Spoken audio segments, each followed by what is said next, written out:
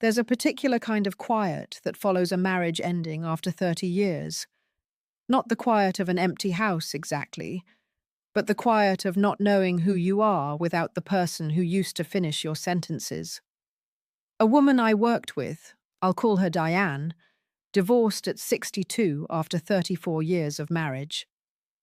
Everyone assumed I'd feel free, she told me. Instead, I felt like I'd lost my translator.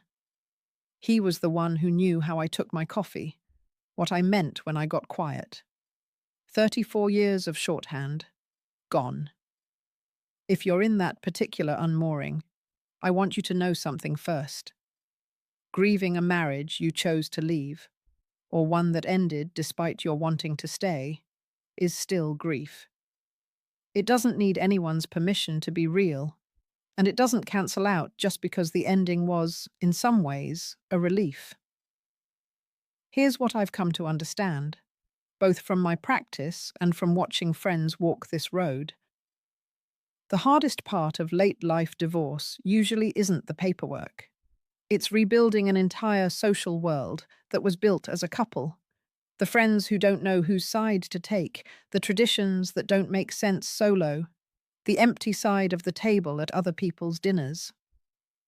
Diane told me the turning point wasn't a new relationship or some grand reinvention.